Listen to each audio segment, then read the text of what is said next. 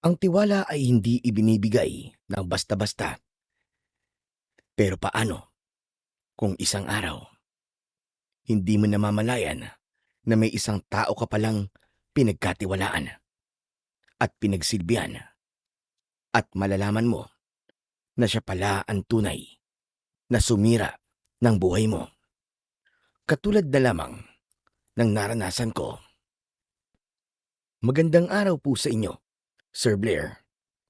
At ganoon na rin po sa inyong masugid na tagapakinig at tagasuporta sa inyong mga YouTube channel na The Voice Addict at mga kwento ni Apong Isaac. Palagi po akong nag-aabang sa mga bago niyo pong upload dahil hindi po buo ang araw ko hanggat hindi ko napapakinggan ang mga kwento na pinapadala po sa inyo. Nakatulad ko rin na may karanasan sa pakikipagsapalaran sa mga kampon ng kadiliman. Kilalanin niyo na lamang po ako sa pangalang Waldo at ang kwento pong ibabahagi ko ay nangyari taong 1991 dito sa Amlan. At ng mga panahon pong iyon ay ako ay nasa 37 pa lamang at nanggaling po ako sa pamilya ng mga antingero. Maliban po doon ay isa rin ako sa mga pinakasikat na kusinero sa aming baryo. Minsan nga ay dinadayo pa ako ng mga taong taga-ibang lugar para lamang ipagluto sila sa mga importanteng okasyon. Pero hindi ako nag-iisa ng mga panahon na yon dahil meron akong kanang kamay na maituturing. Dahil lahat ng mga sikreto ko ay siya lang ang nakakaalam. Itago niyo na lamang po siya sa pangalang Densyo. Noong taon na yon, doon lahat bumalik sa akin ang mga masasamang bagay na nangyari sa buhay ko na matagal ko nang binaon sa limot. At doon din nag-umpisa ang lahat ng laban ko. Umpisahan na po natin. At ito ang aking kwento. Magandang umaga, Waldo. Magandang umaga, Burnok. Waldo naman, may pangalan ako eh. Bakit ba palagi mo akong tinatawag na Burnok? Sa'yo nang gusto ko eh. Ano magagawa mo? Tsaka bakit late ka na naman ha?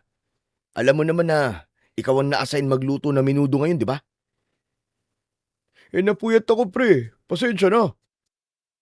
Ay nako, saan ka ba galing kagabi? Bakit ka napuyat?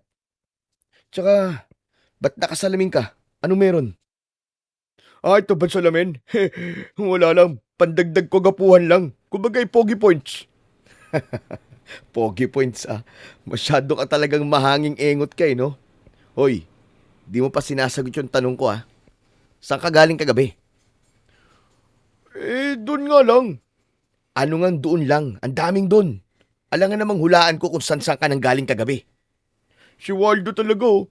Masyado mainitin yung ulo eh. Pumunta ako doon sa kabilang baryo. Nakipag-disco ko. Paano naman kasing di iinit ang ulo ko?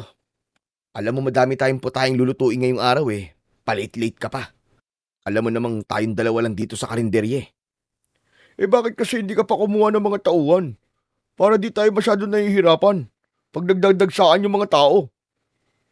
Alam mo na ang isasagot ko sa bagay na yan. Sige na, tama ng daldal. Magbalat ka na ng carrots. Di pa nauumpisan yung minudo. Yes, boss. Masusunod po, boss. Akin na nga yung salamin mo. Hindi bagay sa iyan. Pagkakuha ko sa salamin niya, napatigil ako dahil halatang halata ang itim sa palibot ng mata niya. Teka. Hoy, Densyo. Black eye ba yan? Ito ba? Oo. Kanina kasi pag uwi ko, nadulas ako sa banyo eh. Tumama yung mata ko dun sa doorknob ng pinto. Ayan, kaya siya nagkaganyan. Hoy, ikaw ah. Hindi ka nagsasabi ng totoo. Umamin ka nga sa akin. Saan mo nakuha yan? Kasi Waldo, Ano nga, saan mo nakuha? napaaway ako sa disco kagabi. Inagawan kasi ako ng kasayaw eh. Nakainom na ako. Kaya hindi ko na alam ang ginagawa ko. Yan. Yan ang napapala ng mga taong matakaw sa alak. Pwede naman kasi pag-uwi galing trabaho, magpahinga na lang sa bahay. Pero hindi eh. Anong ginawa mo? Nakipag-party ka pa. Yan ang napapala mo. Gusto ko lang naman enjoy yung pagiging binata ko eh.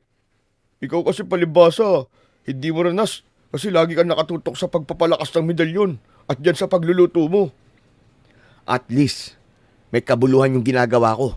Magagamit ko kung sakali. Ikaw, yung pambababae mo, may katuturan ba? May mapapala ka ba dyan? Palibasa kasi di ka pa nagkakanobya eh. Ganun. Kung sibaking kaya kita sa trabaho at pauwi na kita ngayon din. Ito naman di na mabiro. Ito na nga magtatrabaho na po, boss amo. Dami-dami pang daldal bago kumilos. Ganun kami palagi. Dahil normal lang naman yun sa amin. Matanda ko sa kanya ng 7 taon. Pero nasanay na siya na tawagin na lang ako sa pangalan ko. At hindi na rin naman siya iba sa akin. Dahil kinupkup siya ng tatay ko nung nabubuhay pa ito. Waldo, paabot naman ako ng pantiplaw. May ginagawa ako, Densyo, pambira. Ikaw na. Sungit-sungit naman ito. Kaya tumatanda ka ng maaga eh. At least, hindi babaeron tulad mo. Di ikaw na mabait. Ikaw na walang kasalanan. Siyempre, no? Mabait talaga ako, di tulad mo. Oo na. Sabi ko nga eh. Pero Waldo, si Lolo Antonio, kumusta? Hindi na ba siya galit? Hindi ko na mapipilit si Lolo. Bakit kasi hindi mo nalang siya sundin eh? Bakit hindi mo nalang gawin yung gusto niya? Na ano? Na mag-asawa? Na magkapamilya? Ganon? Oo. Tsaka, isa na tong kainan mo at magpakalayo-layo. Kung usapang pamilya, ayoko pa. Mahirap na, Densyo. Ayoko matulad sa akin na magiging pamilya ko. Lalo na, hindi ko pa rin kilala yung mga aswang na pumatay kina nanay at tatay. At tungkol naman sa karinderya ko, ayoko rin. Dahil ito ang hilig ko. Dito ako nabubuhay. At ito rin na nagiging daan ko para malaman kung sino yung mga hayop na pumatay sa mga magulang ko. Kung ganon, ay talagang gusto mo matulad sa kanila. Lo, nanlaki ang mga mata ko nang marinig ko si Lolo Edgardo. Hindi kasi namin namalayan na nasa likod na pala namin siya at nakikinig. Malaki kasi ang takot ko kay Lolo Edgardo dahil kilala ko siya kung magalit. Siya na kasi ang nakasama namin ni Densyo nang mamatay ang mga magulang ko at tatay siya ng nanay ko. Bakit gulat na gulat ka yata? Kasi po bigla na lang po kayo nagsalita eh. Ang alam ko kasi kami lang dalawa ni Densyo dito. Tapos biglang may ibang boses ako maririnig. Lo, kanina pa po ba kayo dyan? Oo, at rinig na rinig ko ang lahat ng mga sinabi mo. Teka lang po. Densyo, magluto ka na muna dyan ha. Lalabas lang muna kami ni Lolo. Mag-uusap lang kami. Sige pre, good luck. Lumabas kaming dalawa ni Lolo sa kusina at nagtungo kami sa kwarto ng karinderya ko. Sandali nga. Bakit ba gusto mo mag-usap ng tayo lang? Bakit hindi mo hayaang marinig ni Densyo ang lahat? Lolo naman, nakakaya naman po kay Densyo eh. Tuwing bibisita na lang kayo dito, palagi na lang po tayo nagtatalo. O bakit? Kasalanan mo rin naman kung bakit tayo nagtatalo. Ilang beses ko nang sinabi sa'yo na ibenta mo na tong karinderya mo at magpakalayo-layo na tayo. Pero hindi mo ako sinusunod. Dahil may mga bagay po na gusto kong gawin ko. Ang alin, Waldo? Ang alin? Ang hanapin ng pumatay sa mga magulang mo. Alam mo bang sa ginagawa mong yan, maaari ka ring mamatay na tulad nila. Lo, hindi niyo po kasi ako naiintindihan eh. Mga magulang ko po ang pinatay nila, mga magulang ko. At mula po nung maliit ako, naghangad po ko ng isang masayang pamilya. Pero napakalabo na nun dahil pinagdamot na po sa akin ng mga aswang ang magkaroon ng maayos at masayang pamilya. Bakit hindi ba sapat na napalaki kita? Alam mo, kung nandito rin ang mga magulang mo, siguradong ang pag-alis din sa baryong ito ang pipiliin nila. Pero wala na po sila, Lo. Mahigit 2 dekada na ang nakalipas magmula nang mamatay sila. Pero yung sakit nandito pa rin. Dala-dala ko pa rin. At napakahirap nun, Lo. Kaya pinapangako ko sa sarili ko. Nagaganti talaga ako. At hindi ko sila titigilan hanggat hindi ko sila nauubos. Gaganti. Tapos ano? Mamamatay ka rin tulad nila. At kahit isa ka pang antingero, hindi mo matatalo ang mga jablong yon. Katulad ng mga magulang mo na antingero din. Oh, ano nangyari? Namatay sila. Lo, kahit ilang beses pa po kayong bumisita dito at pilitin ako, hindi na po magbabago ang pasya ko. Hahanapin ko ang mga aswang naray mo doon at papatayin ko silang lahat. Apo, hindi mo kasi ako naiintindihan eh. Alam kong masakit sa'yo ang pagkawala nila. Dahil alam ko ang pakiramdam na yon. Dahil anak ko ang nanay mo at masakit sa akin ang pagkawala niya. Pero ayoko naman na pati ikaw ay mawala pa. Lo, nagkakamali kayo. Ako hindi nyo naiintindihan. At mas lalong hindi nyo po alam ang nararamdaman ko.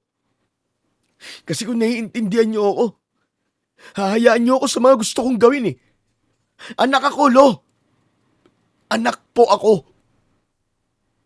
At sobrang sakit sa akin ang maulila ng maaga. Dahil hanggang ngayon, parang nakikita ko pa rin kung paano sila kinatay ng mga aswang na yon. Apo, kapakanan mo lang naman ang iniisip ko. Dahil mas makakabuti sa'yo kung hindi mo na sila hahanapin pa. Lo, tama na po. Walang patutunguhan tong usapan na to. Kasi kahit ilang ulit nyo pa akong pilitin, hindi na magbabago ang isip ko. Lalabas na sana ako ng kwarto ng mga oras na yon para bumalik sa kusina. Pero hindi pa natapos si Lolo at muli niya pa akong tinawag. Sige, Waldo. Gawin mo ang gusto mo. Basta hindi ako nagkulang sa pagpapaalala sa'yo. Sa oras na mapahamak ka dahil sa katigasan ng ulo mo, wala na akong pananagutan. Ayos lang, Lo.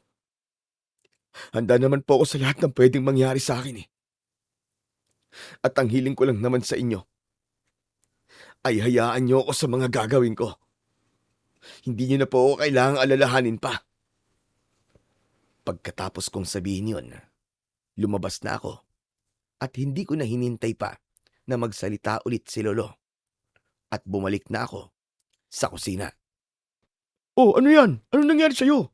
Ba't parang umiiyak ka yata? Obvious ba, Densyo? Nakikita mo naman, di ba? Kutusan kita dyan eh. Sige na nga, tapusin mo na nga niluluto mo at nang makapagbukas na tayo. Sungit naman ito. Nagtatanong lang naman yung tao eh. Napaka-obvious naman kasi ng tanong mo. Nakikita mo naman kasi, itatanong mo pa? Syempre, baka kasi hindi ka umiiyak. Baka tumatawa ka. Parang tears of joy ba? Ganun. Ewan ko sa'yo. Kung punuin ko kaya ng paminta yung bibig mo, tapos sabihin ko sa'yo na Milo yun. Wag naman. Teka, halikan na lang kaya kita sa pisngi para mawala na yung init ng ulo mo. Oh, etong pa ako, halikan mo. Wag na pala. Baka kasi may alipo ngayon eh. Tapusin mo na nga lang yan. Daldal mo talaga. Eto na nga oh, nanginginig pa. Nang mga oras din na yon, naghanda pa ako ng ibang gagamitin na sangkap para sa iba ko pang lulutuin. At napansin ko si Lolo sa may bintana ng kusina na umalis na at hindi na lumingon pa. At hindi ko naman alam ang dahilan kung bakit namuo na naman ang luha ko sa aking mga mata. O Waldo, tapos na to. Ilalagay ko na ba doon? Tapos bubuksan ko na rin yung karinderya. Sige, sige. Tulungan na lang kita mamaya sa pag-aayos mo ng mga upuan. Tapusin ko lang ito isang putahe. Teka, umiiyak ka na naman? Hindi, tumatawa ako. Ang saya-saya ko nga oh. Si Waldo naman oh, bakit ba ganyan ka sa akin? Eh nag-aalala lang naman ako sa'yo. Tapos pinipiloso mo pa ako. Masyado ko yata binigla si Lolo sa mga sinabi ko.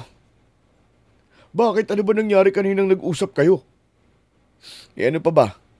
Di ganun pa rin tulad ng dati. Eh ikaw naman kasi.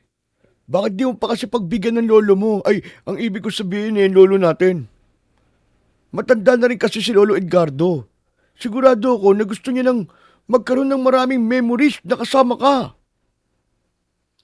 Alam ko naman yun eh. Pero kasi Densyo, ayoko mapunta lang sa wala ang pinaghirapan ko. Madami akong plano. At gusto ko rin makuha yung hustisya na para sa mga magulang ko. Tsaka hindi lang naman to para sa akin eh. Para din kay Lolo to. Dahil alam ko naman na mahirap din para sa kanya ang lahat. Dahil anak niya si nanay. Ay nako, ewan ko ba? Bahala ka na nga lang. Basta pare, nandito lang ako palagi ah. Wala akong pinapanigan sa inyong dalawa ni Lolo. Kasi pareho kayong mahalaga sa akin eh. Pero kapag kailangan mo na makakausap, nandito lang ako palagi.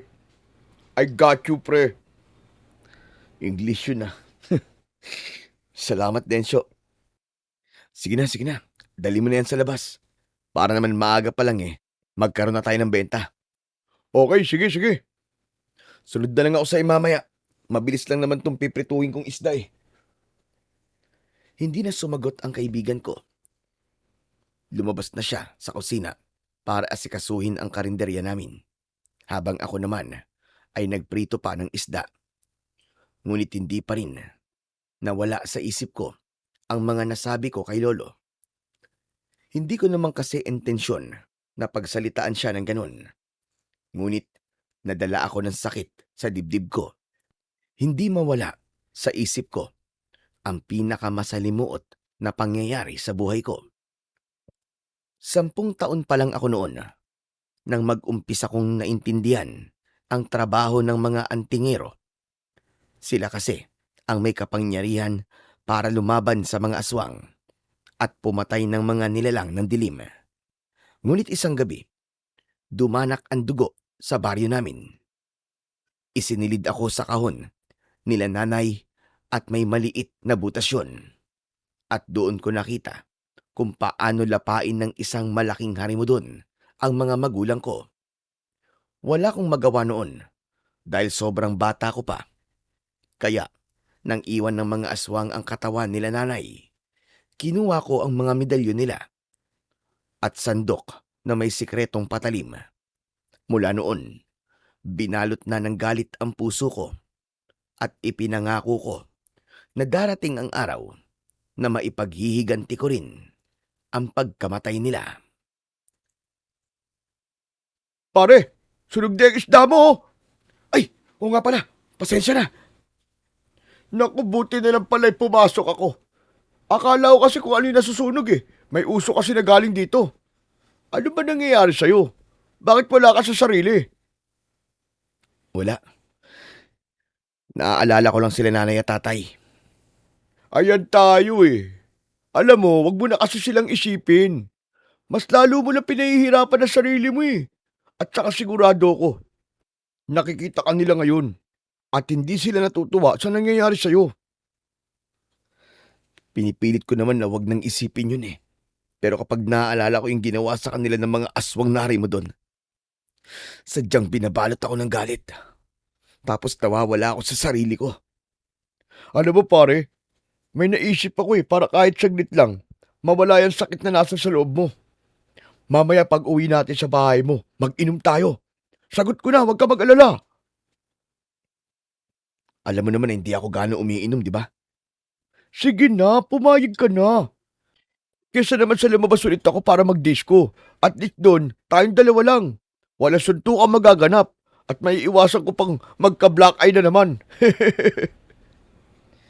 Sige na nga, pero sagot mo ha. Oo, promise sagot ko. Pero ikaw naman sa pulutan. Kung kita mo na yan. Pero sige, ano bang gusto mong pulutan? Kinilaw na tuna. Masarap kang gumawa nun, pre. Kita mo, mamahalin pa napili. O sige. Mamaya bago tayo umuwi, dadaan tayo doon sa palengke. Bibili ako ng tuna kung meron pa. Kung wala, ipapatikim ko sa'yo yung sinigang na kamatis para habang umiinom, may sabaw na hinihigop. Yon, nadali mo, pre. Sinigang na kamatis na lang. O sige, approve. Habang wala pa ang oras ng pagsasara, pare. Hayaan mo na muna yung isda. Kunin mo na yung ibang ulam dyan. Doon na tayo sa labas at maghihintay tayo ng mga bumibili. Yes, boss. Masusunod po. Tinulungan ko si Densyo sa pagbubuhat ng iba pang mga putahe. At sa labas na rin kami umupo para magbantay. Madami ang mga bumili at kumain sa karinderya ko. Tanghali pa lang, halos ubos na ang mga ulam na niluto ko. Dahil kahit mga dayo, sa akin lahat bumibili. Kaya 2:00 pa lang ng hapon ay nagsasara na kami. Ibang klase ka talaga magluto, pare. Literal na ubos, simot. Maliban sa minuto ko. Ano bang palagay mo? Bakit di naubos yung minudo mo? Baka may kulang siguro. Pagmamahal, pare. Pagmamahal. Pagmamahal ang kulang kung bakit hindi masarap ang luto mo. Pre, teka. Sinasabi mo bang kulang ako sa aruga? Sira ulo. Ang ibig kong sabihin, pagmamahal sa ginagawa mo. Kasi kung mahal mo ang ginagawa mo, hindi man ngayon, pero sa susunod, magiging perpekto din yan, maniwala ka. Di mo kasi kinumpleto kagad eh. Sumabat ka kasi kagad eh. Hindi pa ako tapos magsalita. Alam mo, parang hindi lang yun ang kulang sa'yo eh. Parang kulang ka rin sa pag-iisip. Aray ko naman, pre. Alam ko naman na minsan ay may pagkatanga ko. Pero hindi mo naman dapat ipamukha pa sa akin yun, ano? Masyado ka mapanakit ah. Ang drama mo naman. Hindi bagay sa'yo. Ay sus, parang yung kilala ko dyan. Maskulado, pero iyakin. Kung kutongan kaya kita dyan, bilisan mo na para makauwi na tayo. Pupunta pa ako ng bayan para bumili ng mga gagamitin ko sa sinigang na kamatis. Tapos, magbibilang muna ako ng mga kita ko ngayong araw. Pre, pwede ba akong mag-advance sa'yo? Maski 500 lang. Ano? Seryoso ka ba, Densyo? Sinahuran pa lang kita kahapon ah. Ubus na ba yun? Oo eh. Saan mo na naman winaldas ang pera mo? Wala napasubo eh. Marami kasing mga chika babes dun sa disco kagabi. Siyempre, nagpakitang gilas lang. Anak ka talaga ng tokwa, oo. Sige na pre, di ba iinom tayo ngayon? Sinabi ko sa'yo, sagot ko na yung alak, di ba? Pero wala akong pambili. Kaya, mag-a-advance na muna ako sa'yo. Mauta ka talaga, sira ulo ka eh. Alam mo, ikaw pagdating talaga ng araw, pagsisisihan mong hindi ka nag-iipon ngayon pa lang. Ini-enjoy ko lang naman ang pagiging buhay binata ko. Siyempre, di ba? Baka mamaya niyan bukas makalawa lang. O kaya sa mga susunod na taon, sigurado may asawa na ako. Hindi ko na to magagawa. Parang sigurado ka talagang may magkakamaling pumatol sa'yo ah. Ay, grabe naman siya sa akin. Bakit? Gwapo naman ako ah. Gwapo. Gwapo ha, ganun. Nananaginip ka na naman ng gising, uy. Oh, eto na 500 piso mo. O kita mo na yan. Dahil pang sinabi, di mo naman pala ako matitiis. Pinatagal mo pa eh. Sa susunod, hindi ka na makakaulit, kala mo ha. Pag-abot ko ng pera kay Densyo, nginitian lang ako nito na para bang nang aasar at nag-umpisa na rin siyang mag-asikaso. Nang matapos ako sa pagbibilang ng pera, sakto rin na natapos na rin siya sa pag-aayos ng mga gamit. Kaya naman, sabay kaming pumunta ng bayan para mamili ng mga kulang na sangkap para bukas at para na rin sa lulutuin ko sa bahay. At nang pauwi na kami, bumili siya ng 4 na bote ng alak sa nadaanan naming tindahan. Teka. Hoy, Densyo, ang dami naman yata niyan. Aba, pwede na sa atin yung 2 lang. Hindi mo masasabi, pre. Lalo pa naman na may problema ka. Kailangan mo to, maniwala ka. Ang sabihin mo kulang sa'yo. Takaw-takaw talaga nito sa alak. Pambira tong taon to. Hoy, ikaw tignan mo mamaya. Mauubos mo tong 2. Tapos itong 2 naman ay sa akin. Baka kulang pa ka to eh. Hindi na. Sakto na yan, okay na yan. Bayaran mo na. Para makapag-umpisa na tayo ng maaga at maagang makapagpahinga. Baka hindi ka na naman gumising at marami pa tayong gagawin sa karinderya bukas. Eto na nga, babayaran na nga ni. Pagkabayad niya sa alak, sabay na kami ulit na lumakad noon. Pagdating sa bahay, nagluto na ako. At habang hinihintay na kumulo ang sinigang ko, ay nag-umpisa na kaming tumagay. O ano pare, ang sarap no. Ang pakla nga eh. Parang ang bilis ko nga mahilo eh. Siyempre, alak yan eh. Hindi naman pwedeng matamis yan. Hindi naman juice yan eh. Bago ako maasar ulit, may sasabihin pala ako sa'yo bago ko makalimutan. Kailangan matuto ka rin gumamit ng medalyon. Para kung sakaling di tayo magkasama at may mga halimaw na umatake sa'yo, kaya mong ipagtanggol ang sarili mo. Naku pare, hindi na kailangan yan. Kita mo naman tong katawan ko, di ba? Makita pa lang to ng mga aswang. Naku po, sigurado magpapanakbo lamang ngayon. Tatakbo? Sigurado ka? Baka ikaw hindi makatakbo dahil sa taba mo. Ikaw talaga, panira ka talaga na kasiyahan eh. Totoo naman ang sinabi ko ah. Alangan namang sabihin kung maskulado ka. Tignan mo nga yung katawan mo. Para kang drum. Oh, ba't naman napunta sa katawan ko ang usapan? Umiinom lang tayo dito. Tsaka ano magagawa ko ganito talaga ang katawan ko. Paano ang takaw mo kasi? Pwede ka namang kumain pero hinay-hinay lang tapos mag-ehersisyo ka rin. Sus, di naman ako matakaw eh. Tsaka, kontento na ako sa katawan ko to. O sige, sabi mo eh. Pero balik tayo dun sa pag-aaral sa medalyon. Bukas, pagkagaling sa karinderya, magsanay ka na. Bibigay ko sa'yo yung isang medalyon ni tatay. Teka. Para sa pilitan yata to ah. Kung ayaw mo, hindi ko naman ipipilit sa'yo eh. Pero pag nagkaroon ulit ng aswang dito sa baryo, sinasabi ko sa'yo, hahayaan lang kitang lapain nila. Sabi ko nga, papaturo na ako sa'yo. Ikaw naman di ka talaga mabiro. Masyado kang pikunin. Kita mo? Madali ka naman palang kausap eh. O siya, teka lang. Babalik ako. Baka kumukulo na yung niluluto ko eh para naman makahigop na tayo ng sabaw.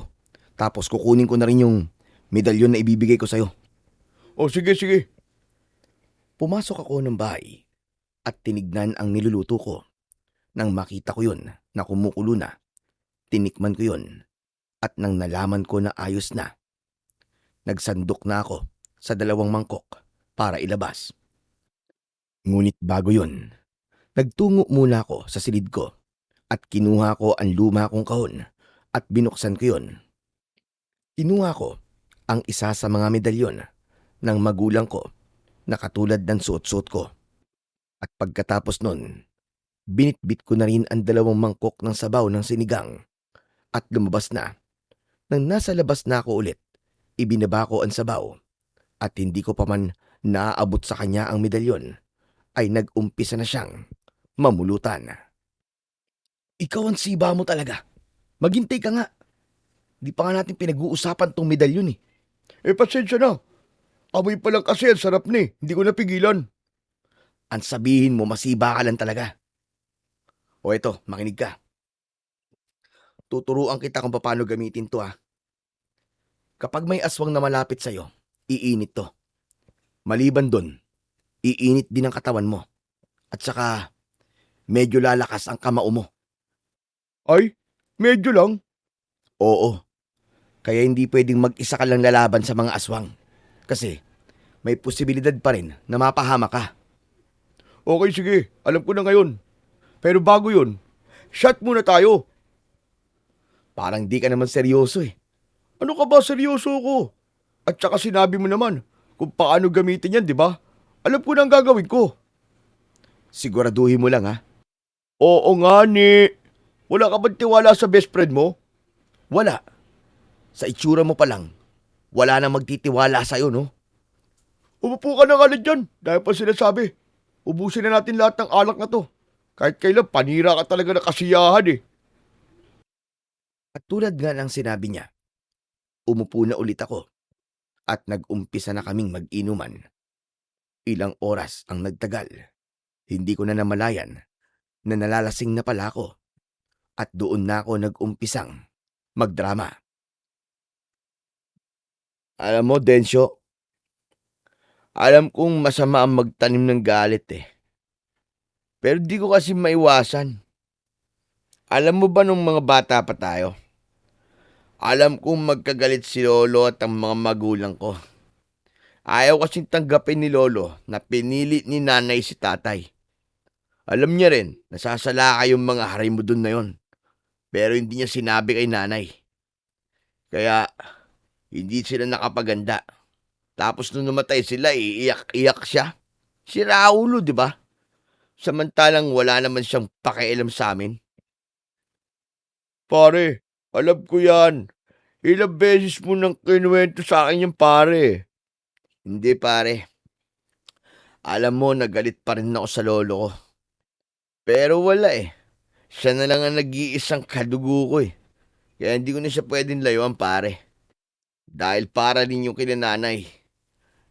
Ayaw kasi nila na lumayo ako kay Lolo Edgardo. Pero sa ginawa niyang yon, galit na galit pa rin ako pare. Lasing ka lang, pre. Baka siguro kailangan mo na magpahinga. Tara, pre. Hatid na kita sa kwarto mo. Hindi. Hindi pa ako lasing pare. Sige, tagay pa tayo. Yun lang. Wala na tayong alak eh. Wala na rin akong pambili. Tsaka sabi mo kanina, di ba? Maaga pa tayo. Ipahinga na lang muna natin. Pagod din tayo pareho eh. Matapos niyang sabihin yun, hindi na ako nagsalita pa. At yun na lang din ang huli kong natandaan dahil nakatulog na ako. Paggising ko ng umaga, wala na si Densyo. Nang tignan ko naman ang orasan namin, ay agad akong napatayo dahil 7:00 na pala ng umaga. Anak nang, nalintikan na. Anong oras na wala pang lutong ulam? Yari! Agad akong nagmadaling maligo. At nang makapagbihis na ako, agad na akong pumunta ng karinderya. Pero, nadatnan ko na yon na bukas dahil nauna na pala sa akin si Densyo. Nandito ka na pala? Ano mga niluto mo? Yung mga pwedeng iluto. Ginaya ko yung menu natin kahapon. Bakit kasi hindi mo ako ginising? Nako, hindi daw. Mula alas 5 na madaling araw ginigising na kita, no? 2 beses pa nga kita sinampal eh. At halos yugyugin na kita para magising lang. Tapos alam mo ba kung anong ginawa mo? Tinulak mo lang ako. Kaya nauna na ako dito. Bakit wala akong matandaan? Eh paano? Ang lakas ng tama mo. Tsaka ayos na yan. Mahalaga naman eh. Mahaba naging pahinga mo. Tsaka huwag ka mag-alala. Yung mga ulam na niluto ko, kasing sarap lang ng sayo. Patikim nga ako. Kumuha ako ng kutsara at bawat isa sa mga ulam na niluto niya ay tinikman ko. Napabilib niya naman ako dahil hindi malayo ang lasa nun sa mga niluluto ko. Aba, ayos ah. Nag-improve ka na pala. Siyempre, ako pa ba? O wag ka na magyabang, tapusin mo na yan. At dahil ikaw ang nagluto ngayon, ako naman na mag-aasikaso sa labas. Okay? O sige, sabi mo eh. Matapos yun, lumabas na ako para punasan ang mga upuan at lamesa at nagwalis na rin. Matapos yun, inilabas ko na ang mga ulam at ilang sandali lang ay nagdagsaan na ang mga bumibili. Ngunit may isang lalaki ang pumasok ng karinderya ko. Hindi siya pamilyar sa akin at sa palagay ko rin ay hindi siya taga-baryo namin. Lumapit siya noon sa akin at nagtanong. Pwede bang magtanong? Opo. Ano po ba yun? Ito ba yung karinderya ng sikat na kusinero dito sa baryo nyo? Ang tawag lutong ulam ni Waldo. Opo, dito nga po yun. Bakit po? Ano po bang gusto nyo? Gusto kong matikman ang luto mo. Pwede bang lutuan mo ko ngayon? Ngayon po, ayaw nyo po bang mamili na lang sa mga niluto namin? Gusto ko kasi bagong luto.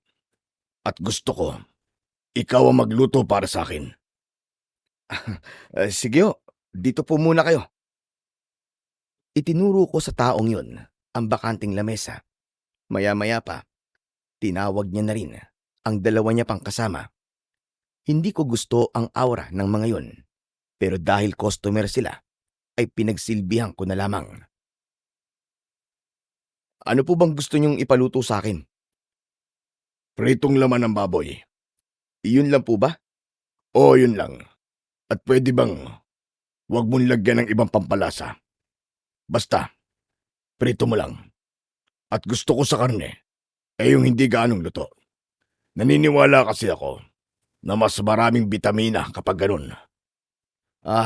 Ganun po ba? Sige ho, masusunod po, boss. At isa pa, ang gusto ko sa piniritong baboy ay yung may linamnam pa ng dugo sa loob. Wala po bang kanin, boss? Wala, pinirito lang. Salamat. Nagtataka ako ng mga oras na yon.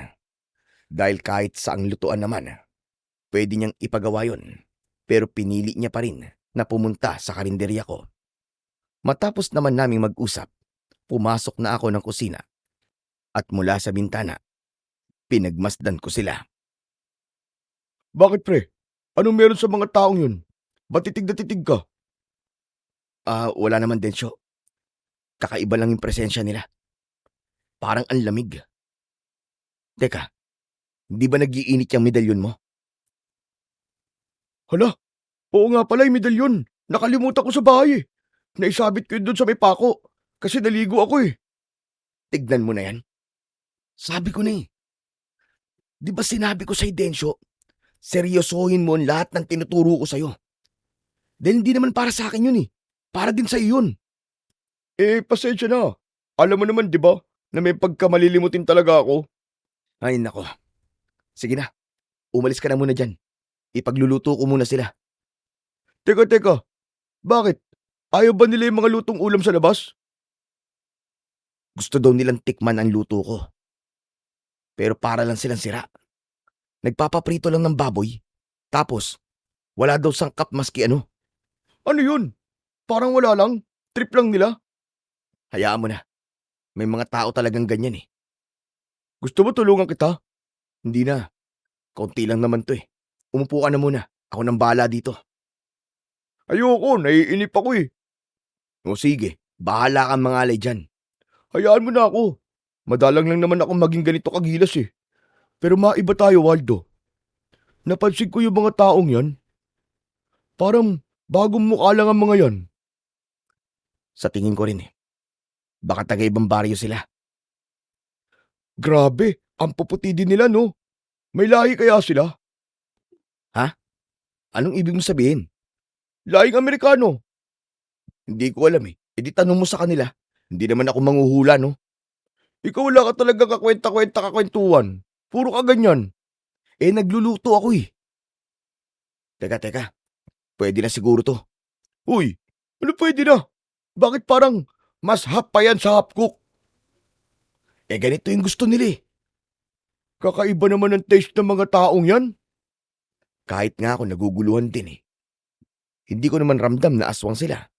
Kasi hindi nagiinit ang medalyon ko. Kaya sa'yo ko nga sana itatanong eh. Mas nakakasagap kasi ng presensya ang suot mong medalyon kaysa dito sa suot ko. Hayaan mo, bukas dadaling ko na pare. Siguraduhin mo lang ha. Dahil hindi ko yung binigay sa'yo para i-display mo lang. Oo na, dadaling ko na. O siya, lumabas ka na dun. May mga tapos nang kumain. Tapos ako, isi-serve ko muna to. Kumamot sa ulo ang kaibigang konsidensyo at lumabas na rin ng mga oras na yon. Habang ako, inilagay ko na Sa tig-isang plato ang pinirito kong baboy. Nilagay ko yon sa isang tray at dinala na sa lamesa ng mga bago kong customer. Aba, amoy palang masarap na. Ah, hindi ko lang po alam, sir. Dahil wala naman po kayong pinalagay na sangkap eh. Dahil may sariling lasa ang karne. At lumalabas yun kapag hindi ito masyado na iluluto. Pagkatapos niyang sabihin yon, ay kumain na ito. Ganon din ang mga kasama niya.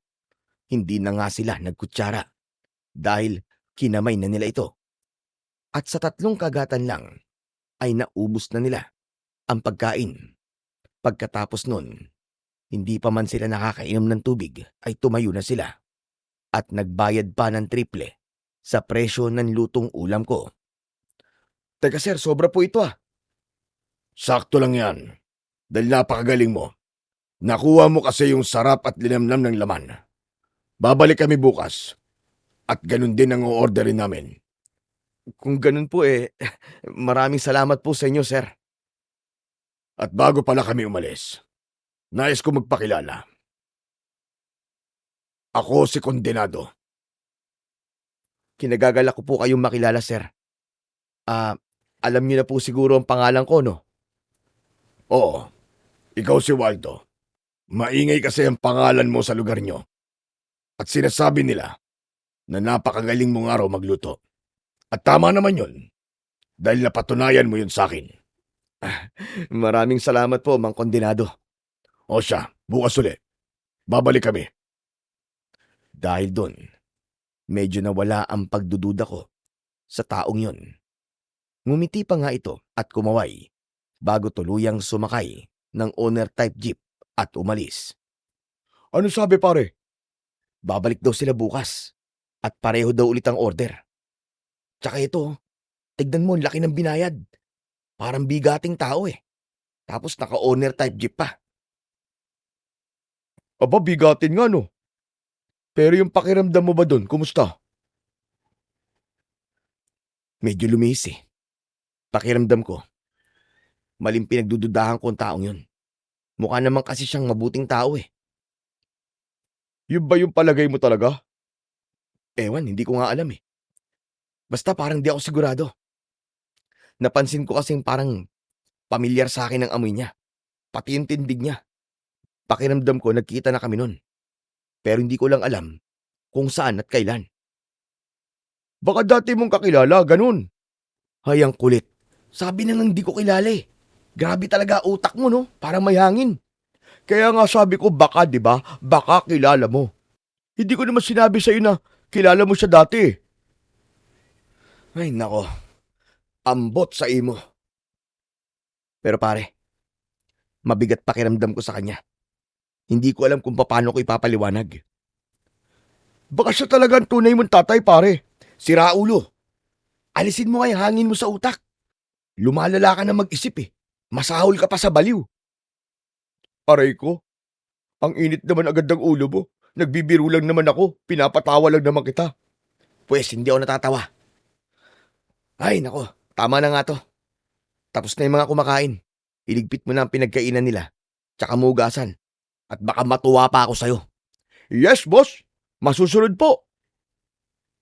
Ginawa na nga ng kaibigan ko ang mga pinag-utos ko at lumipas ang araw na yon at naging maayos ulit ang benta namin.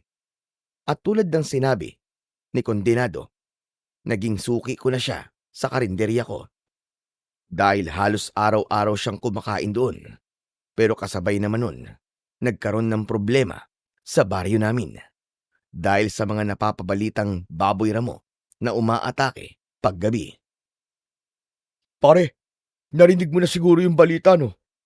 Oo pare. At sigurado akong hindi lang ordinaryong baboy ramo ang mga yon. Mga harimo doon yun. Ano? Mga aswang na hari mo doon? Oo pare. Kaya mamayang gabi, uumpisahan ko na ang pagbabantay sa mga tao. Sigurado ako babalik at babalik ang mga hayop na yun. Nakita kasi nila na wala nang nagtatanggol sa baryo natin. Kaya sila ganyan. At sasama ka sa akin, pare. Uy, teka. Huwag mo ko idamay dyan. Ikaw lang ang roronda mamaya, no? Ah, ganun. Kung gusto mo sumahod sa akin, sasama ka. Ay, wow ah. Pilitan na pala ang laban ngayon. O ano, ayaw mo? Hindi. Gusto ko, syempre, no? O gusto mo naman pala eh. Ngumangawa ka pa dyan. Malamang, idadamay mo na naman ako sa kalokohan mo eh. Hoy, hindi kalokohan ang gagawin ko, no? Alam mo naman, di ba? Kung gaano ko kagusto ang pumatay ng mga hari mo doon. Bahala ka na nga sa mga gusto mo. Wala naman ako magagawa eh. Nakakatandang kapatid na ang turing ko sa iyo eh. Malaki ang utang na loob ko sa pamilya mo. Tapos, amo pa kita. O di ba?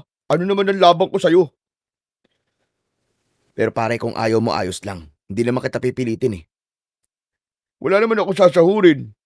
Yun lang. O di ba? E di sasama ako. Alam mo naman di ba kung gaano ka gustong lumaban sa mga aswang?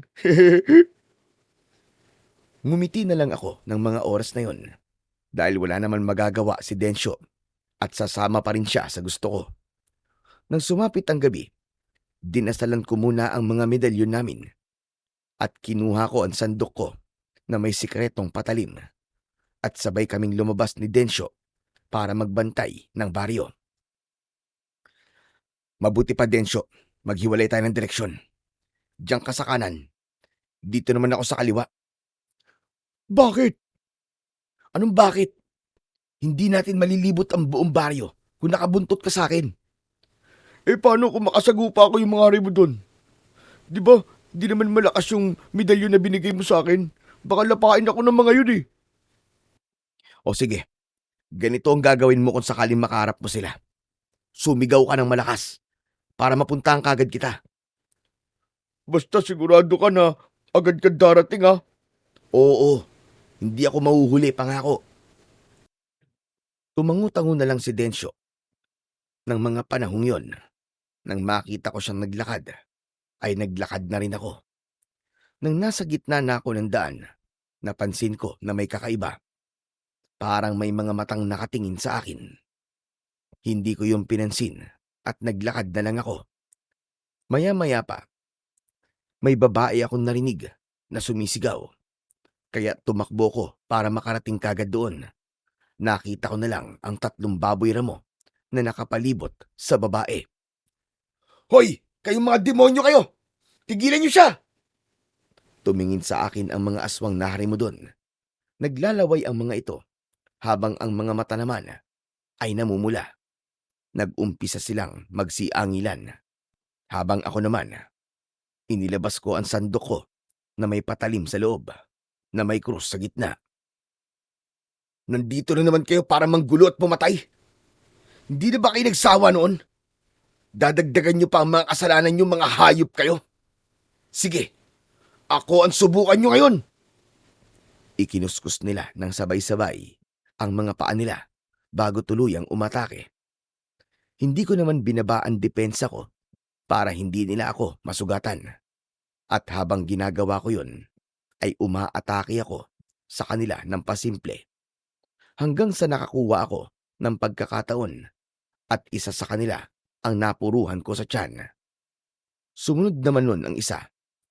Hanggang silang lahat ay napatumba ko na.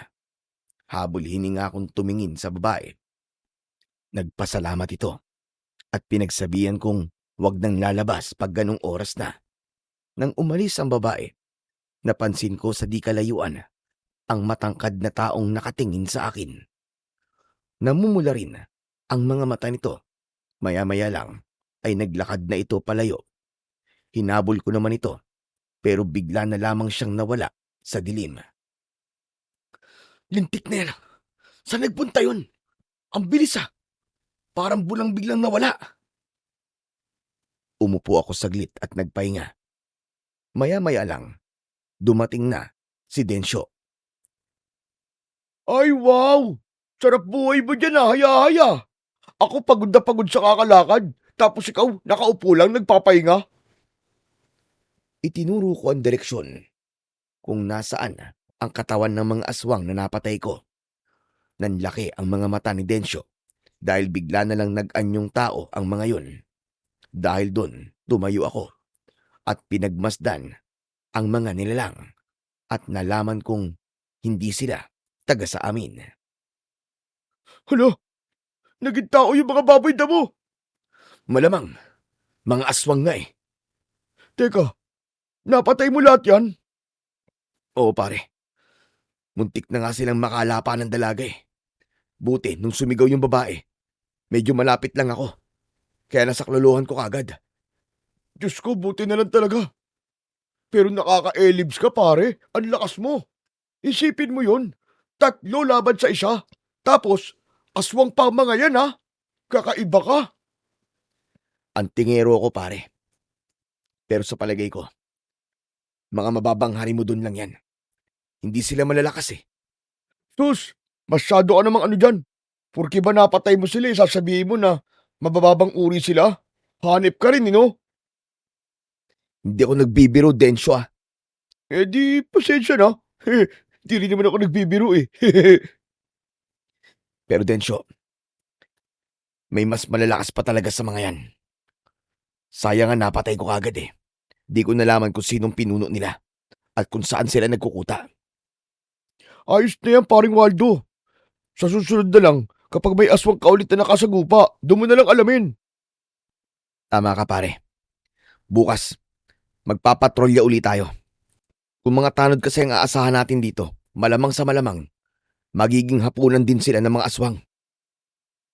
Eh ano pala ang balak mo? Sa katawan ng mga aswang na yun. Buhati mo yung isa, ako dito sa dalawa. Isabit natin ang mga katawan nila sa bungad ng baryo hanggang sa masikatan ng araw. At doon sila matutunaw. Pero di ba mabigat? Etong kamao ko pare mas mabigat. Gusto mo masubukan? Hindi, ito na ka susunod na eh. Ikaw talaga masyado mainitin ang ulo mo. Nang mga panahon na yon, kanya-kanyang buhat na kami ng kaibigan ko. Naghanap pa ako ng lubid at hagdan at itinali ko yon sa bungad ng baryo. Habang ang dulo naman ng lubid na nakalawlaw, ay doon ko itinali ang leeg ng mga aswang. Pagkatapos nun, umuwi na kami at nagpahinga. Kinabukasan, pagbukas namin ng karinderya, nagdagsaan ang mga tao, hindi para kumain, kundi para magpasalamat sa ginawa ko. Dahil kumalat na pala sa baryo ang ginawa kong pagliligtas sa dalaga. Grabe ah. Ikaw lang ang pinapasalamatan ha. Samantalang may ambag din naman ako dun. Ano naman ang ambag mo, Aber? Magpupuputak, ganon? Hoy, nagpakapagod kaya ako sa kakalakad. Yung palang ambag na yun eh. Ikaw talaga, pinapairal mo na naman ang pagiging inggitero mo eh. Kaltukan kaya kita dyan. Grabe naman siya. Pero ayos lang. Kahit di nila ako pasalamatan. May kaibigan naman akong bayani ng baryo. Ayos na ako dun. Ikaw alam ko na yan. May kailangan ka no? Ah, oo eh. Mag-a-advance ulit sana ako sa'yo eh. 500 lang. Ang bilis Walang paligoy-ligoy Eh syempre, habang nasa good mood ka. Ngayon nasabi mo na yan, bad mood na ako. Sige na pare. Parang di mo naman ako pinagod sa kakalakad kagabi. O ito, mukha ka talagang pera kahit kailan eh. Di magtatagal magiging kamukha mo na si Benigno Aquino. Kaka-advance mo ng 500. Ayos lang yun. Para naman, mas lalo akong gumwapo, di ba? Hindi mas lalo. Dapat na sinabi mo, para naman maging gwapo ka. Hoy, ikaw, nakakasakit ka na ng damdamin ah. Idolo pa naman kita ngayon. Tapos ginaganyan-ganyan mo ko. Nagtawa ng kaming dalawa ng kaibigan ko. Ngunit maya-maya lang ay nabalot kami ng katahimikan nang dumating si Mang Kondenado. Mukhang masaya yata kayo ngayon. Kayo pala Mang Kondenado. Medyo lang ho. Ano po bang sadya nyo? Kakain po ba kayo? Hindi. Nandito ako para sana kunin ka na tagaluto sa amin. Sa makalawa, magpipiesta kasi sa amin. At sabay nun, ikakasal na kami ng misis ko. Wala akong mahanap na magaling na kusinero sa baryo namin. Dahil doon, naisip kita. Hindi pa man ako nakakasagot. Sumabat na ang kaibigan ko at tinanong niya kung magkano ang ibabayad sa amin. Huwag kayong mag-alala. Pati yung mawawala yung kita dito sa karinderya nyo, babayaran ko rin. Basta pumayag ka lang, Waldo. Nasabi ko rin kasi sa misis ko na magaling kang magluto. Oo, Mang Kondinado. Papayag to si Waldo. Hoy, anong papayag? Di pa nga ako nakakapagsalita, papayag na kagad. Alam mo naman, di ba, na magbabantay pa tayo ng baryo? Pagbabantay ba sa napapabalitang mga aswang? Alam niyo po ang tungkol sa kanila? Oo. Bawat nadadaanan ko kasi kanina, yun ang pinag-uusapan. Maliban doon, narinig ko rin na may nailigtas ka palang babae kagabi. Naku, opo. Sobrang lakas kaya nitong kaibigan ko. Di ba pare? Manahimik ka nga dyan. Sabat ka ng sabat. Tama naman ang kaibigan mo eh. At pasalamat ang baryo nyo dahil meron silang kagaya mo na ipinagtatanggol sila. Ngumiti na lang ako sa sinabi ng taong nasa harap ko. Pero sa loob-loob ko, napansin ko na may iba pa siyang ibig sabihin. Ngunit ayaw ko naman na husgahan siya, lalo na't mabuti naman ang ipinapakita niya sa amin. O no, Waldo? Anong desisyon mo? Papayag ka ba? Ano po kasi Mang Kondinado eh. Hindi ko po pwedeng iwanan basta-basta ang baryo namin. Lalo na po sa kalagayan nila ngayon. Nag-aalala po kasi ako para sa kanila eh. Kung yan lang naman ang iniisip mo, pwede ako magpadala rito ng 15 katao para may tumulong sa kanila. At ang mga taong yun ay hindi basta-basta. Kaya wag mo na silang alalahanin pa. Sige na pre, pumayag ka na. Sayang to, doble kita. Makakapasyal pa tayo ng ibang baryo. Sige na. Sige ho. Basta ipangako niyo po sa akin. Yung mga taong ipapadala niyo eh, yung malalakas. At kaya po makipagsabayan sa mga aswang. Hindi lang kaya. Dahil kayang-kaya. O ano? Sige po, Mang Kondinado. Magluluto po ako. Yan! Inaasahan ko talaga na pupunta ka. Dahil magiging masaya ang piyesta namin kapag may magaling na tagaluto. Sa makalawa, ipapasundo na lang kita gamit ang owner type jeep ko. Aasahan ko kayo. Sige po. Salamat po, Mang Kondinado. Kung ganon ayos na, sisibat na ako. Maghahanda pa ako para sa kasal namin. Sige ho, mag-iingat po kayo. Nang umalis na ang taong yon, ay napatingin ako sa kaibigan ko. Ngumingiti-ngiti pa sa akin ang siraulo. At saka ko siya binatukan. Aray ko naman! Para saan yun? Para san? Para yon sa pangunguna mo sa akin, siraulo ka. Pumayag ka naman, di ba? Kaya ba't pinatukan mo pa rin ako? Para kasing ikaw yung magluluto eh. Ikaw yung nangungunang pumayag eh. Huwag ka na magalit. Ayaw mo ba yun? Mas malaking kikitain natin dun. Aba, sayang yung pare. Kasal at piyesta pa naman. Sigurado ako, maraming magagandang babae dun. Yan. Di lumabas din ang totoo. Gusto mo lang palang makakita ng magagandang babae. Pambihira ka talaga, oo. Nagsawa na kasi ako sa mga itsura ng mga babae dito sa baryo natin eh. Siyempre, naghanap din ako ng bago. Di ba? Hoy, Densyo, tumigil-tigil ka. Tatamaan ka talaga. Baka dumudalin yung kalandian mo ha. Mahiya ka naman. Grabe ka naman sa akin. Hanggang tingin lang naman ako eh. Huwag ka mag-alala. Hindi ako gagawa ng ikakapahiya mo. Siguraduhin mo lang, Densyo. Kilala mo ko. Oo, promise. Cross my heart. Mamatay man ang butiki ng kapitbahay natin. May paganyan-ganyan ka pang nalalaman ha. Kakaltukan talaga kita eh. Pagkatapos kong sabihin yon, ay nag-umpisa na akong mag-asikaso sa kusina. Lumipas ang araw na yon na maganda ulit ang benta. Naubos ang lahat ng mga paninda. Kaya pag uwi ko, agad na akong naganda para maglibot sa baryo. At sa kabutihang palad, wala naman akong nakaharap na aswang. Ganun din ng mga sumunod na gabi. At nang dumating na ang fiesta ng baryo nila Kondinado, nag-ayos na ako ng mga gamit ko. Dinala ko rin ang mga gamit ko bilang antingero para kung sakali man na may makaharap akong aswang ay nakahanda ako. Binigyan ko rin ng kutsilyong pilak si Densyo para may magagamit din siya dahil nung araw na yon, hindi na talaga maganda ang pakiramdam ko.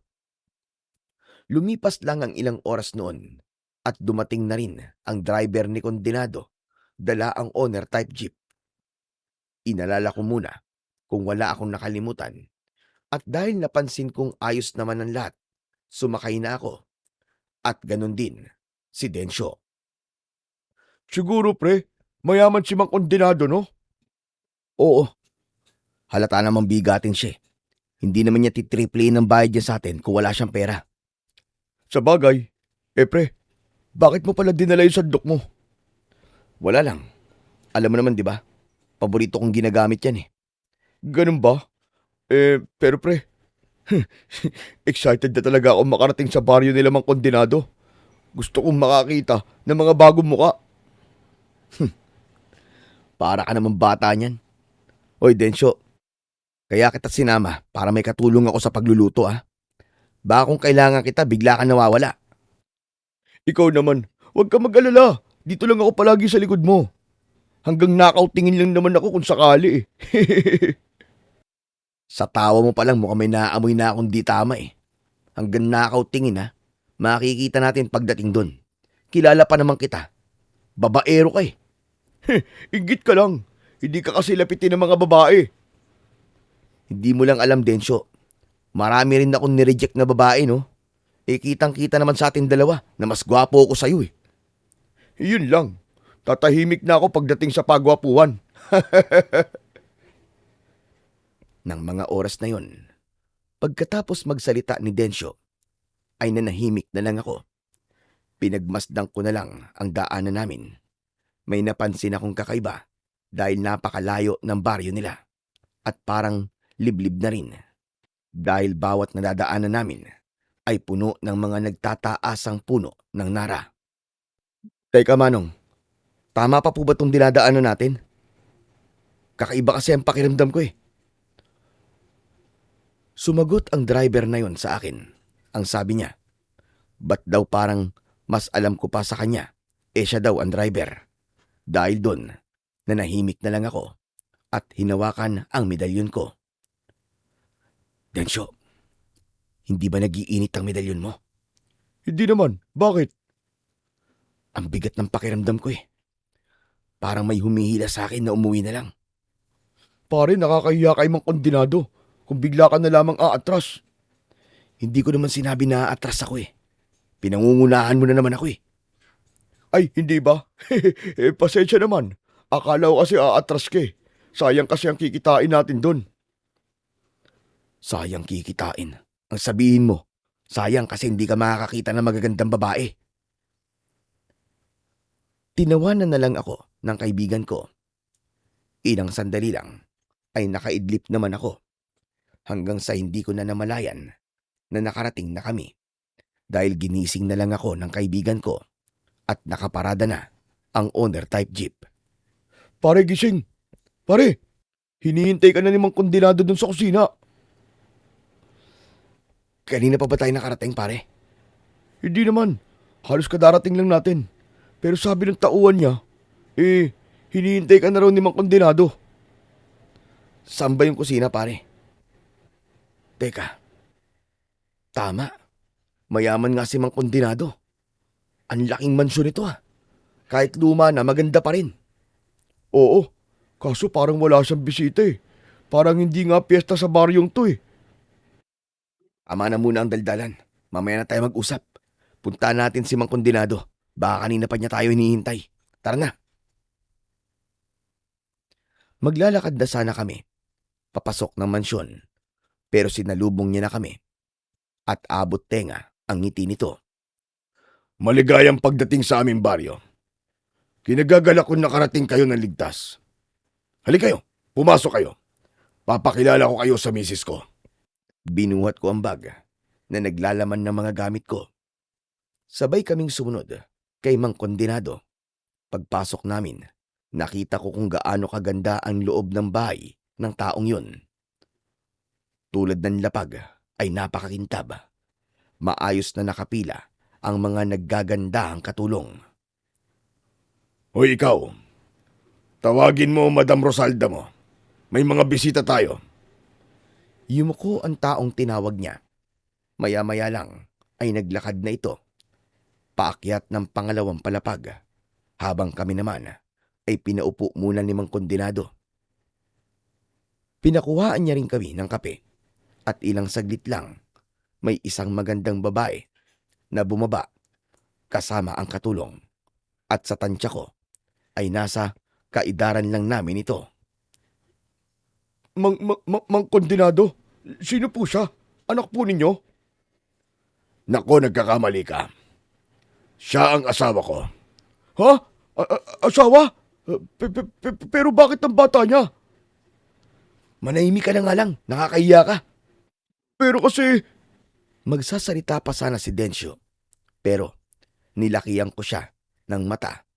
Kaya naman wala na itong nagawa at nanahimik na lang. Pasensya na po kayo ha. Wala kasing preno ang bibig ng kaibigan ko eh. Mang Kondenado, ang swerte niyo po sa misis niyo. At bagay na bagay po kayong dalawa. Salamat. Sigurado ko napansin nyo na parang walang piyesta sa baryo namin. Tuwing gabi kasi kami nagsasaya rito at may konting inuman din. Pero bago yon, ituturo ko muna ang kusina. Nakahanda na ang lahat doon, pati yung mga karne. Hiwa-hiwa na rin. 7 putayang ipapaluto ko at tulad ng dati, huwag mong lalagyan ng pampalasang asin. Kung ganun po, hindi po magiging masarap yung ulam. Ayos lang. Sanay na rin naman ang mga tao dito sa amin. Halos lahat kami dito ay ayaw sa mga pampalasa na asin. Bawang sibuyas at iba pa. Maliban doon, pwede ka naman maghalo ng mga sangkap tulad ng toyo at suka. Huwag lang talagang bawang at asin. Naniniwala kasi ang mga tao dito na mas masustansya ang pagkain kapag walang gaanong kemikal. Kung ganun po, susundin ko na lang po ang gusto nyo. Kung ganun, halina kayo. Sumunod na kayo sa akin at ihatid ko na kayo sa kusina. Tumayo kami ng sabay ni Dencio at sumunod na kay Mang Kondenado. Ngunit nang minsang masulyapan ko ang asawa niya, napansin ko na may mali. Parang may kinatatakutan ito na hindi ko maipaliwanag. At nang dumating na kami sa kusina, nakita kong maayos na talaga ang lahat. Nakahiwa na rin ang bawat karne. Ayos pala magpatrabaho si Mang Kondenado eh. Pagdating dito, magluluto na lang. Di ba? Hayahay tayo dito. Malaki pa ang kita. Oo, maayos nga si Mang Kondenado. Pero ikaw hindi.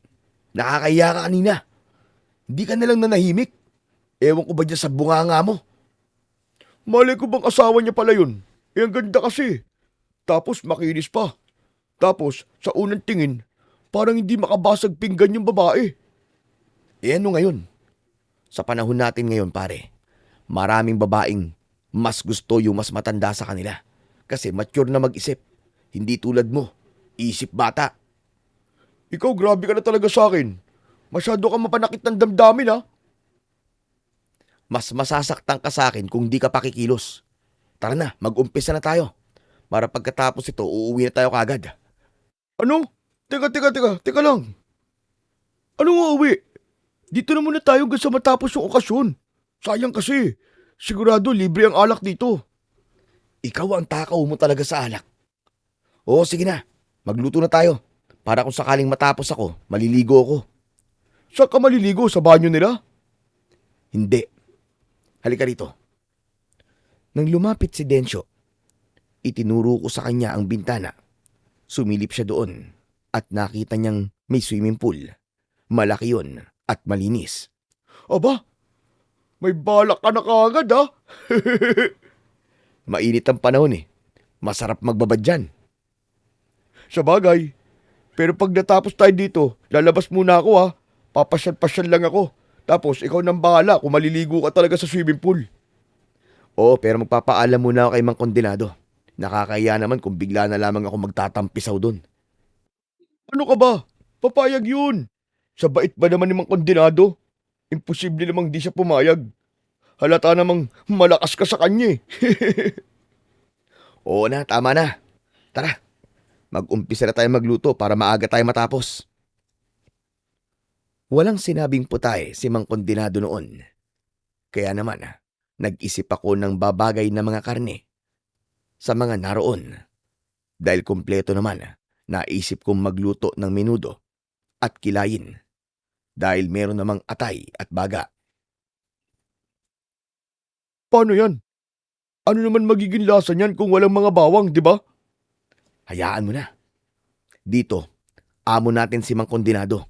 Kaya susunod tayo sa lahat ng gusto niya. Sige na, tagtari mo ng gusto ang baga. Tapos, iprito mo ng maigi para mawala ang lansa. Sige pare, masusunod. Pagkatapos sabihin niyo ni Densyo, kumuha na ako ng mga nakahiwang karne para liitan pa yon. Kaso, habang naghihiwa ako, may napansin akong kakaiba sa karne. Hindi yung baboy at manok. Hindi rin siya karne ng baka. Dahil sa tagal ko na sa karinderya, na-memorize ko na ang lahat ng uri ng karne. Pare-pare sandali. Hindi ka ba nagtataka? Parang kakaiba yata ang karne na to. Baka naman karne ng kambing. Hindi pa natin alam ang itsura ng karne nun, di ba? Baka yan yun. Hindi ko alam pare, hindi ako sigurado. Ay nako, ano ba tong pinoproblema ko? Mabuti pa pare, magluto ka na lang. Huwag mo nang pansinin kung ano man ang meron sa mga karne. Ito ang baga na to, kanina ko pa tinatagtad, pero hindi ko pa tuluyang nalulusaw. Ano? Patingin nga ako. Lumapit ako kung saan nagtatadtad ng baga si Densyo. Napansin ko na hindi rin yun katulad ng baga ng baboy. Kaya nagdalawang isip ako kung lulutuin ko pa ang kilayin. Pero inisip ko na gawin ko na lang ng ibang bersyon kung sakali mang karne ng kambing yun. Sige, ang mabuti pa. Lagyan mo na lang ng lakas ng kabao mo para mapino din niya ng gusto. Bumalik na ako sa ginagawa ko at hindi naman nagtagal. Natapos din ako sa paghihiwa at nag-umpisa na ako magluto. Pasado 8:00 nang mag-umpisa kaming magluto ni Densyo at natapos namin ang 7 putahe sa loob lang ng 9 na oras. 5:00 na nun ng hapon. Grabe, dami nito. Tapos, tagsa 10 kilo pa bawat putahe. Hindi ko kalaing nakakapagod pala to. Ginusto mo yan eh. Kaya huwag kang magreklamo. Sino ba nagsabing nagrereklamo ko? Wala naman, di ba? Oo na, hindi ka na nagre-reklamo. O paano ba yan? Tara, puntahan na lang natin si Mang Kondenado. Magpapaalam lang ako na makikiligo ako sa swimming pool nila. Nakakahiya kasi sa magiging bisita niya eh. Kung nangangamoy usok at pawis ako. Di tara. Pero ako, mamaya na ako maliligo. Magpapabangon na lang ako. Gusto ko muna maglibot eh. Hindi ka na nga naligo kaninang umaga, hindi ka pa rin maliligo ngayon? Aba, ang asim mo na niyan. Hindi kaya, kahit amuin mo pa oh. Itinaas ni Densyo ang braso niya at pilit na pinapaamoy sa akin ang kilikili niya. Pero itinulak ko to. Lintik ka? Ang kapal mo para paamoy sa akin yan ah. Siyempre sarili mo yan. Di mo talaga maaamoy no? Yung mga makakaamoy niyan, sigurado akong mahihimatay sila. Ewan ko ba sa'yo? Palagi ka na lang ganyan sa akin. Inaano ba kita? Hindi ka pa umiinom niyan ha, pero madrama ka na. Sus, parang di naman kita kilala. Mas madrama ka sa akin pag nakainom ka, huy. Oo na, tama na. Baka sampa tayo makarating yan eh. Tara na, magpapaalam na muna ako kay Mang Kondenado para naman makapagbabad ako kahit konti. Ako hindi na ako magpapaalam na maglilibot ako. Saglit lang naman ako eh. Sige, ikaw ang bahala. Sabay kaming lumabas ng kusina ni Densyo. Pagkatapos nun, dumiretso kami sa sala ng mansyon. Nadatnan ko roon ang asawa niya, habang si Densyo naman, dumiretso na lumabas. Ma'am Rosalda, nasan po si Mang Kondenado? Lumabas siya. Tapos na po kasi yung pinapaluto niya. Ano na po mga gagawin namin ngayon? Hayaan mo na lang. Naihanda sa labas yun. May mga tao si Kontinado para dyan. Ah, ganun po ba? Nasaan po ba si Mang Kondenado? Lumabas. May inaskaso lang siya sandali. Bakit? Ano bang kailangan mo sa kanya? Magpapaalam po sana ako na maliligo ko sa likod eh.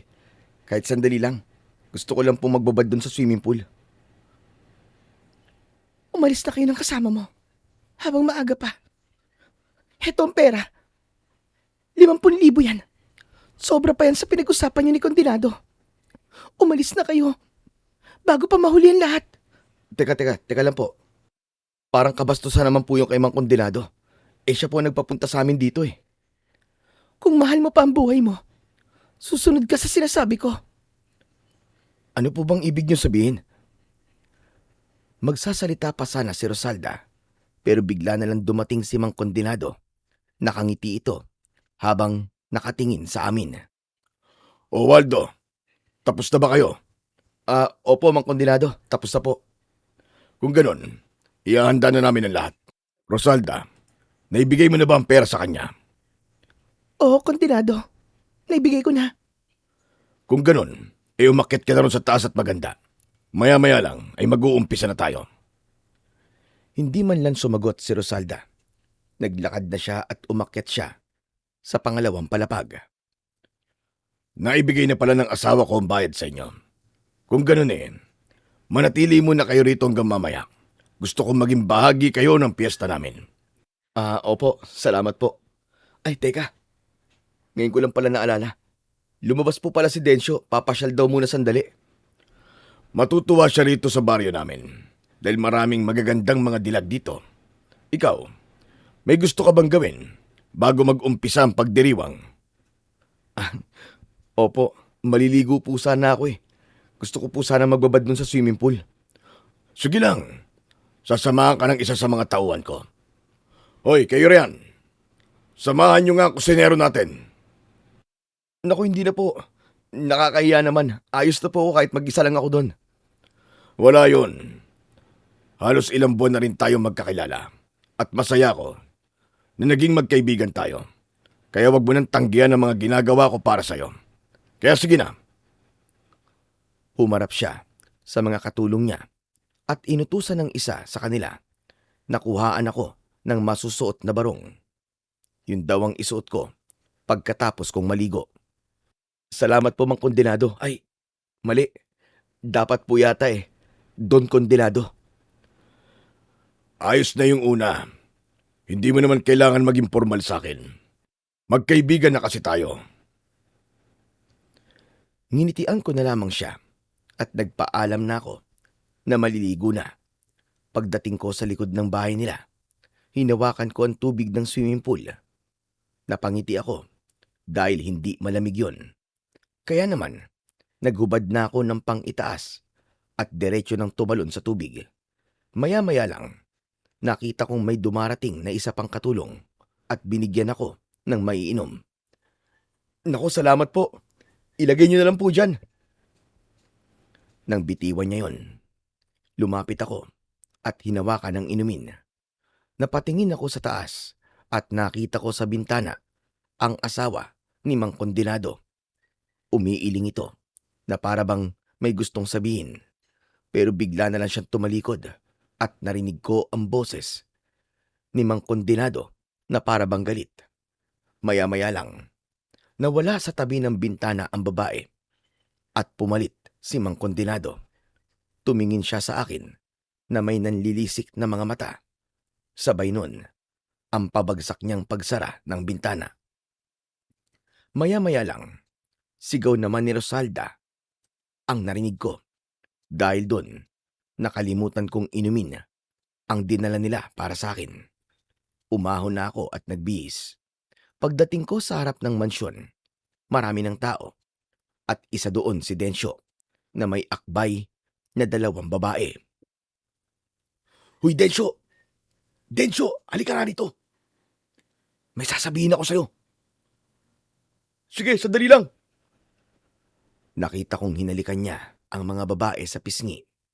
Kaya naman, kumunot ang noo ko at pagkatapos nun, lumapit na siya sa akin. Bakit ba yun, pare? Umalis na tayo, pre. Ha? Bakit naman? Ayaw mo bang makipagsaya muna? Basta tara na, umuwi na tayo. Hindi na talaga maganda ang pakiramdam ko eh. Bakit ba? May lagnat ka ba? Hindi yun ang ibig ko sabihin.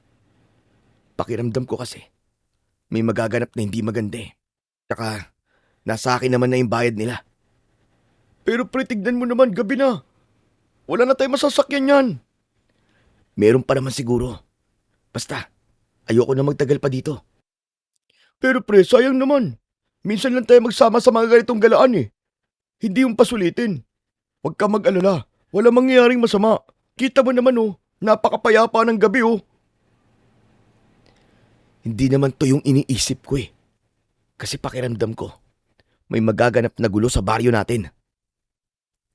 Di ba nagpadala sila doon ng tao? Huwag ka na nga masyado mag-alala. Mag-enjoy ka na lang din. Hindi ko na pinilit ang kaibigan ko. Bumalik na siya kung nasaan ang dalawang babae kanina na inaakbayan niya. Pagkatapos nun, nagpatugtog na sila ng napakalakas hanggang sa lumabas na si Mang Condenado. Kasunod nun ay si Rosalda. Magandang gabi mga kababaryo ko. Masaya ko dahil nagpunta kayo sa kasal namin ni Rosalda.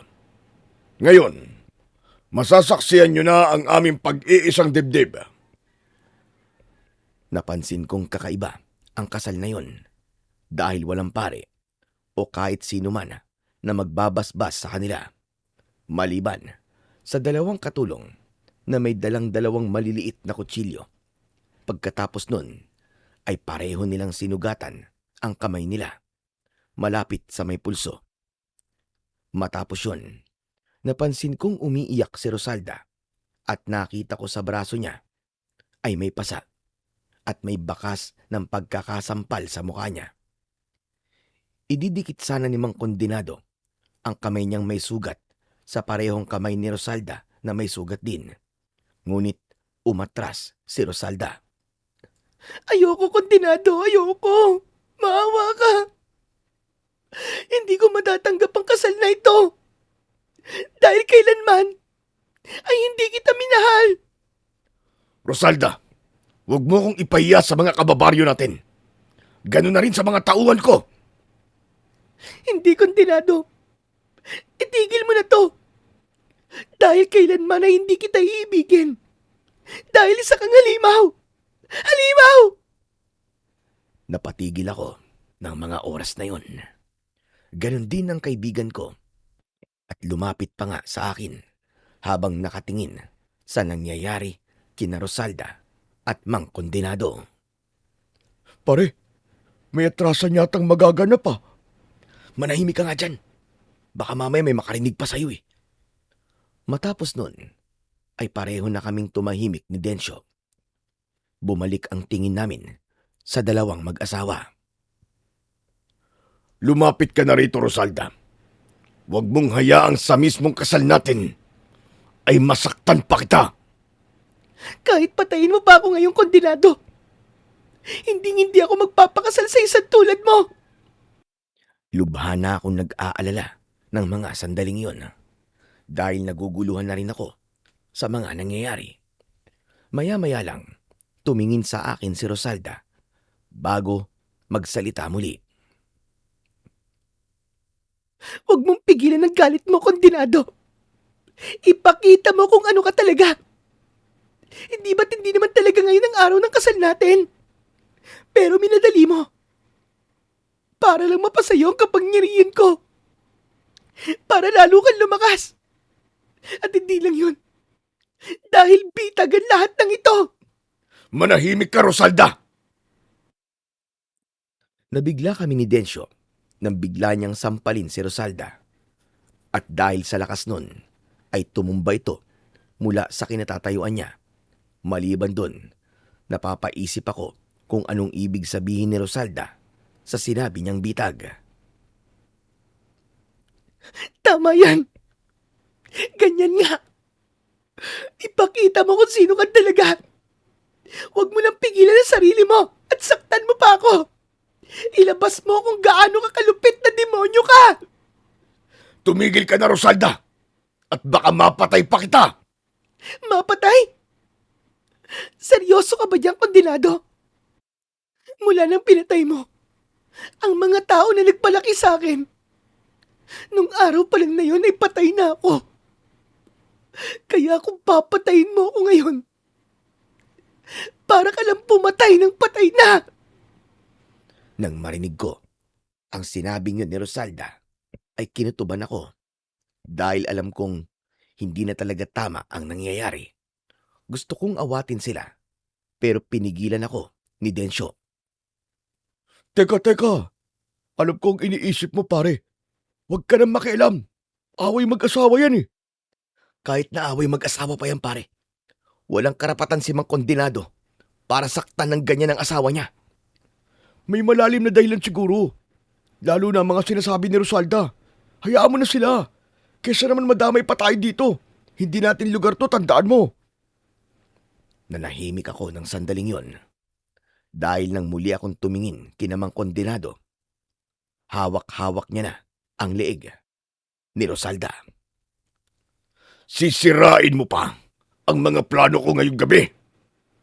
Alam mo ba kung gaano karaming sakripisyong ginawa ko? Makaabot lang dito at mahanap ang anak ni na Pilovina at Lucas. Nanigas ako sa kinatatayuan ko nang marinig ko ang pangalan ng mga magulang ko. Nung una, iniisip ko na hindi ako ang tinutukoy niya. Pero walang ibang tao roon maliban sa akin na bago lang sa baryong yon. Sakripisyo? Alam mo ang salitang yan. Pero hindi mo alam ang ibig sabihin.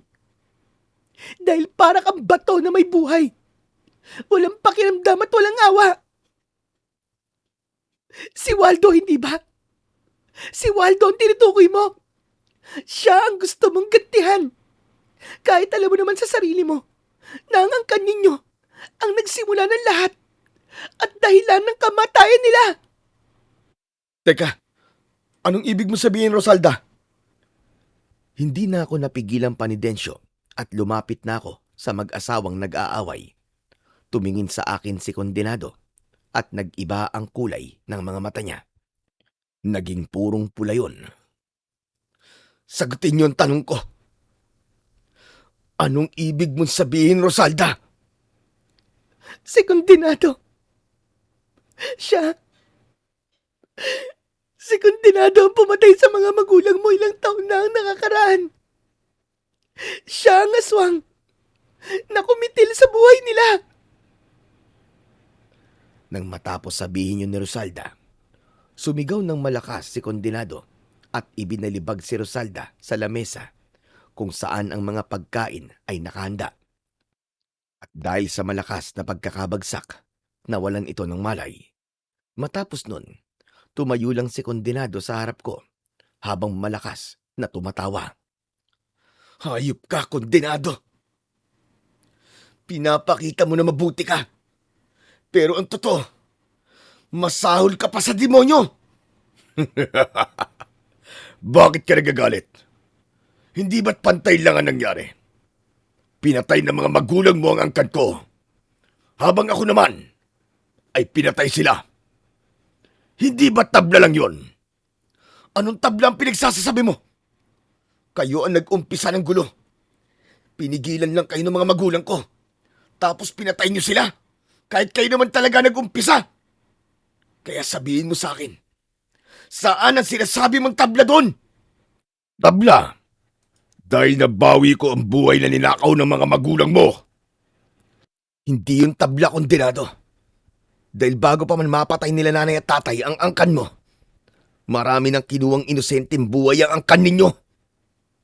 Kahit na ano pa't sabihin mo, hindi ako makukontento hanggat hindi ko rin napapatay ang anak na pumatay sa angkan ko. At ikaw yun. Napaka-inutil mo sa parting hindi ka nakahalata. Dahil ikaw na mismo ang lumapit sa bitag na papatay sa'yo. Huwag ka munang magsaya. Bakit? Akala mo ba magpapatalo ko? Nagkakamali ka, kondenado. Dahil kung meron mang mamamatay sa ating dalawa, ay walang iba, kundi ikaw yun! Huwag ka naman magpakampante. Hindi mo pa alam ang mga kaya kong gawin. Baka kapag nalaman mo kung anong klaseng harimudon ako, ay maihi ka na sa salawal mo. Hindi na ako bata para matakot pa sa mga kagaya mong siraulo ka.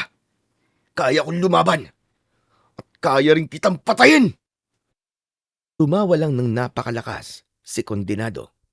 Maya-maya lang ay nagbago na ito ng anyo. Mas malaki at mukhang mas mabagsik. Hindi siya tulad ng mga napatay kong harimudon dahil kung ang iba ay tumatayo gamit ang 4 na paa. Kapag sila ay nagbabago ng anyo, siya ay hindi. Lumaki lang siya at hindi nagbago ang katawan niya. Habang ang ulo niya naman ay nagmukhang baboy ramo na may matatalim na pangil, namumulang mata at may kukong matalim. Ganon din ang ibang taong nakapalibot sa amin ni Densyo. Pre, dapat pala nakinig na lang ako sa'yo kanina eh. Ang tigas talaga ng ulo ko eh. Dapat pala buhay na lang tayo. Pre, siguradong mamamatay na tayo dito. Dito na tayo ililibing. Baka di na nga tayo ilibing eh. Baka kainin na nila tayo dito eh. Kumalma ka nga, Densyo. Pati ako natataranta sa'yo eh. Makinig ka. Alalahanin mo yung ritual na pinagagawa ko sa'yo nung maliit pa tayo. Bigkasin mo yun at gigising ang medalyon mo. Magagamit mo ang kamao mo para ipanlaban. Sunod nun, hindi ko na pinakinggan ang mga sinabi ni Densyo. Naghanda na rin ako sa pakikipaglaban sa mga aswang. Inilabas ko ang sandok ko na may sikretong patalim at krus sa gitna. Hindi mo ako matatakot na dahil lang sa sandok na yan. At kahit nasa iyo pa ang medalyon ng mga magulang mo, hindi mo pa rin ako matatalo. Dahil kung sila nga ay napatay ko, paano pa kaya ikaw na isang mahinang nilalang? Huwag mo akong maliitin at ganun din ang mga magulang ko. Na dahil lang sa natalo mo sila noon.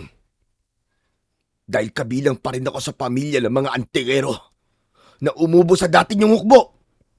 At kung dito man ako mamamatay, pues, sisiguraduhin ko munang mauuna ka sa impyernong hinayupak ka. Patunayan mo. Patunayan mo ang lahat ng mga sinasabi mo.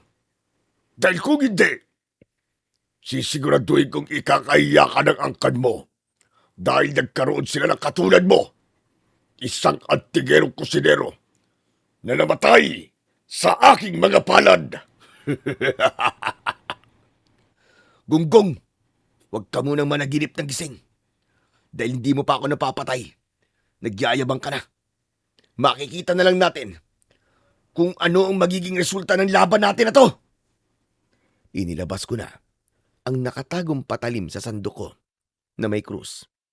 At bago ako sumugod sa halimaw na nasa harap ko, hinawakan ko muna ang medalyon ko at hinalikan. Pagkatapos nun, nauna akong umatake. Sa mga una kong pag-atake ay naiwasan niya. Pero nang tumagal, nagalusan ko na ito. Ganon din ang nangyari sa akin. Hindi lang isa, dahil 2 galos ang natamo ko kagad. Isa sa tiyan at isa sa braso. O ano? Suko ka na ba? Yan lang ba kaya mo? Masyado ka pang mahina. Kanina pa tayo naglalaban. Pero 1 galos lang ang nagawa mo sa akin. Wala ka talaga, kutong lupa. Isa kang mahinang nilalang. Antingero ka baka mo? Hindi. Baka naman, isa ka lang latak na basura. Hindi ako nakinig sa mga sinasabi ng halimaw na si kondenado. Hinayaan ko lang siyang magsalita habang hawak ko ang galos ko sa tiyan. Maliban dun, sinulyapan ko sandali si Densyo na nilalabanan ang mga alagad ng aswang na harimudon. O ano? Saan ka ba tumitingin? Nandito ang kalaban mo, Mangmang! Wala na akong nagawa nun dahil bigla na lamang niya akong sinuntok sa muka. Dahilan ng pagkahilo ko. Nasundan pa yon ng ilan pang sapak at akala ko noon doon na matatapos ang lahat. Pero biglang tumayo si Rosalda dahil nagising na pala ito at bigla na lamang siyang nagbagong anyo. Kung dati ay mukha itong hindi makabasag pinggan, ngayon mararamdaman mo pa lang sa aura niya na mabagsik din ito at nagawa niyang maitulak ng malakas ang aswang na si Kondenado. Tumigil ka na! Patong-patong na mga kasalanan mong hayop ka! Huwag mo nang dagdagan pa! Walang hiya ka! Sana pala noon pa ay pinatay na rin kita! Wala kang utang na loob! Sana nga'y pinatay mo na lamang ako noon! Hindi na sana tayo aabot sa ganito! Tumayo ang halimaw na hari mo dun. Habang si Rosalda naman, kahit wala itong pakpak, ay nakaangat sa ere. Habang ang balat niya ay nagkaroon ng mga guwit-guwit na pula. Nagkaroon din ito ng maliliit na sungay, habang ang mga mata naman ito ay naging purong itim. Sumigaw siya ng napakalakas at napakasakit nun sa tenga. Bago siya tuluyang sumugod kay Kondenado, nagtagisan sila ng lakas, habang ako naman ay bumabawi pa ng lakas. Ngunit hindi ko inaasahan na masasaksak ng aswang na si Kondenado si Rosalda sa dibdib. Kaya hindi na ito nakagalaw pa. Pagkatapos nun, ibinagsak niya ito sa lupa. Habang ako naman, pinipilit ko ang sarili kong tumayo at lumapit kay Rosalda. Pero sobra ang natamo niyang sugat. Ngunit bago ito mawala ng hininga, sinabi niya sa akin na nasa batok daw ang kahinaan ni Kondenado. Hayop ka talagang demonyo ka! Walang hiya ka! Paano mo to nagawa? Sa sarili mong asawa? Simple lang. Hindi ko naman talaga siya mahal. Dahil ang habol ko lang sa kanya ay ang kapangyarihan niya bilang aswang na darakit. Ngunit wala na siyang silbi sa akin ngayon. Dahil isusunod na kita sa kanya! Akma niya na sana akong sasaksakin sa liig ng kanyang mahahabang kuko. Ngunit ipinangsangga ni Densyo ang braso niya, kaya sa kanya tumama ang saksak na dapat sana ay sa akin. Buti na lamang at hindi malalim yun. Pre, gawin mo na dapat mong gawin, pre! Patayin mo na ang mayabang na aswang na yan, sige na! Huwag mo nang hayaan mabuhay pa! Dahil ang mga tulad niya, ang tunay na basura! Hindi ang antingerong tulad mo! Patayin mo na siya, pre! Dahil sa mga sinabing yun ng kaibigan ko, tumayo ako at nilakasan ko ang loob ko. Nagdasal ako sa isip ko at muntik niya pa akong matamaan ng suntok. Pero mabilis akong nakaiwas. Hinubad ko ang medalyon ko at nakakuha ako ng tiyempo para makapasan sa kanya. Isinakal ko sa kanya ang medalyon ko. Pagkatapos nun, isinaksak ko ang patalim kong may krus sa batok niya. Dahil doon, sumigaw ng gusto ang halimaw. Ngunit hindi pa ako doon natatapos dahil mula sa batok niya, itinuloy ko ang paghiwa hanggang sa likod niya at lumabas doon ang kulay berdeng likido. Hindi na nakapagsalita pa ang pinuno ng mga aswang at paharap siyang tumumba. Tapos na. Hayop ka. Tapos na ang paggasik mo ng dilim, Kondenado. Magsama na kayo ng mga katulad mong demonyo sa impyerno! Pagkatapos kong sabihin yon, nilapitan ko na ang kaibigan ko. Inupo ko siya sa upuan para takpan ang sugat niya, para mabawasan kahit papano ang pagdurugo.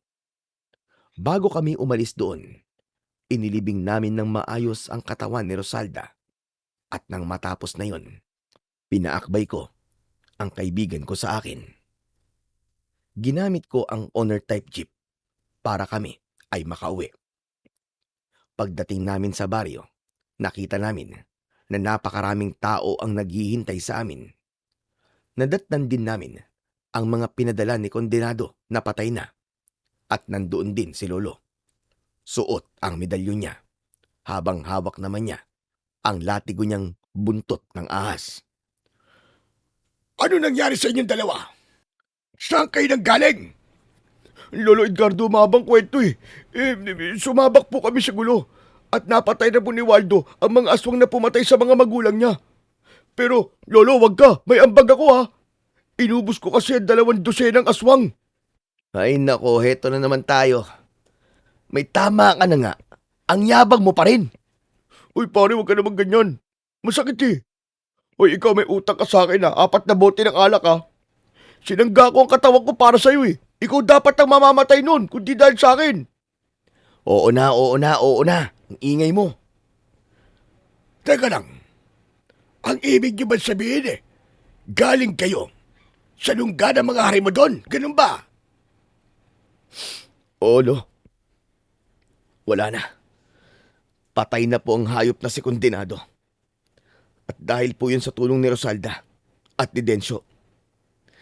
Lo, nakamit ko na po ang hustisya na dapat noon pa natin nakuha. Niyakap ako ni Lolo ng mga oras na yun at halata ko sa boses niya na naiiyak ito. Pinagmamalaki kita, Apo. Patawarin mo ko kung naging makasarili ako noon at pinilit na itigil ang paghahangad ng hustisya para sa iyong mga magulang at sa lahat ng mga napatay ng aswang. Wala na ho yun, Lo. Pinapatawad ko na ho kayo. Lo, mahal na mahal ko po kayo. Yan po ang tatandaan nyo, ha? Lo, gusto ko po malaman nyo na kahit gaano pa po kalaki ang tampo ko sa inyo, kayo pa rin ang nag-iisang lolo ko. At mahal na mahal ko po kayo. Uy, teka. Isama niyo naman ako sa yakap niyo. Pamilya niyo na rin ako, di ba? Para naman kayong others dyan eh. Nakaka-hurt na kayo ng feelings ha. Nagtawanan kami nang marinig namin ang sinabi ni Densyo at isinama rin namin siya sa aming yakapan. Magmula ng araw na yon, nagkaroon na ng katahimikan sa loob ko. Wala na rin kaming nakakasagupang aswang. Natahimik na din ang baryo namin at naging payapa na. Ilang taon din ang nagdaan at nagkaroon na rin kami ni Densyo ng mga asawa at nagkaroon ng masasayang pamilya. Katulad ko, ipinasa ko rin sa 3 kong anak ang pagiging antingero ko, habang ang karinderya ko naman ay nanatili pa rin dito sa amin at siya pa rin ang negosyo namin hanggang ngayon. Lumaki lang ito ng konti, ngunit palagi pa rin dinadagsa ng mga tao dahil sa sarap ng aking luto. Hanggang dito na lamang po ang kwento ko, Sir Blair. Maraming salamat po at sana ay may natutunan po kayo na magagandang aral. Sa kwentong ating napakinggan, pinatutunayan lamang na ang pakikipaglaban sa mga aswang o mga masasamang elemento ay hindi pumipili ng pagkatao. Kahit ikaw ay sundalo, pulis, bumbero, basurero, o maging kusinero, kayang-kaya mong harapin ang anumang dilim na sumasalubong sa'yo.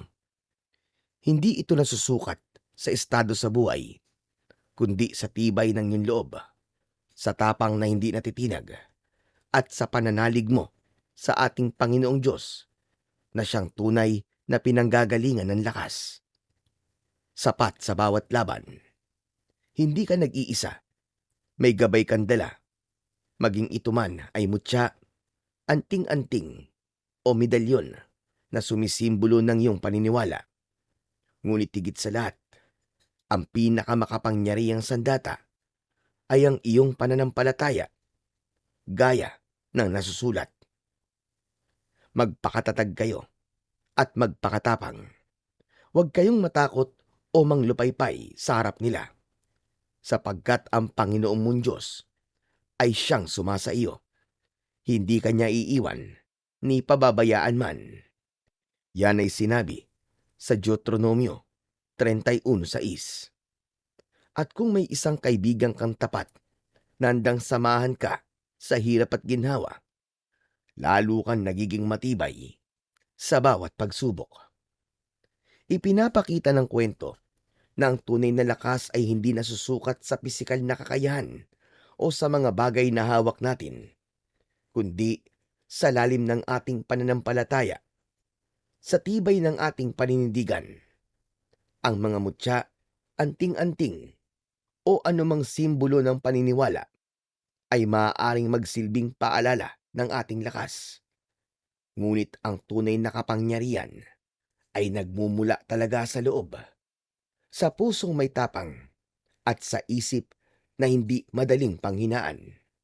Higit pa rito, mahalaga rin ang pagkakaroon ng kahit isang taong tunay na nagmamalasakit at handang sumuporta sa atin sa bawat pagsubok na ating hinaharap.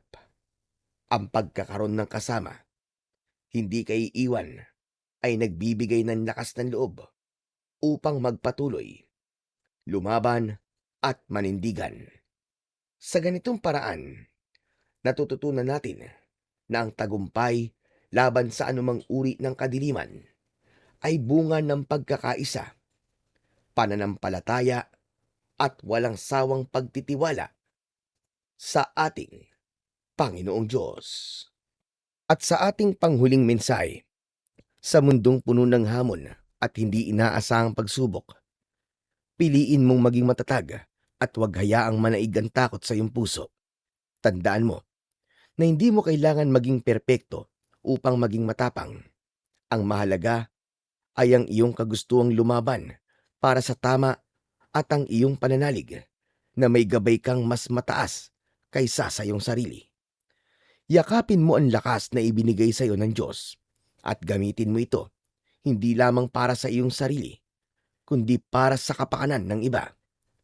Huwag mong maliitin ang halaga ng isang tunay na kaibigan o kasama, sapagkat sa mga sandaling tila ikaw ay nangihina, sila ang magsisilbing ilaw na gagabay sa iyo pabalik sa landas ng katatagan. Sa bawat laban na iyong haharapin, manalig ka na may liwanag sa dulo ng dilim, at sa tulong ng Diyos at ng mga taong nagmamahal sa iyo, makakamit mo ang tagumpay. Hindi lamang laban sa anumang kasamaan, kundi pati na rin sa mga pagsubok na humuhubog sa iyong pagkatao. Maraming salamat po sa walang sawang sumusuporta at nakikinig sa aking mga YouTube channel na The Voice Addict at mga kwento ni Apong Isaac. Huwag niyo rin pong kalimutang mag-subscribe, mag-like, comment and share. Dahil ang mga ito ay talagang napakalaking tulong po para sa aking channel, para sa mas marami pa pong makapigilininga na mga kwentong aswang at katatakutan mula sa mundo ng kababalaghan. Hanggang sa muli po, at pagpalain po kayong lahat ng ating dakilang Diyos na siyang pinakamakapangyarihan sa lahat.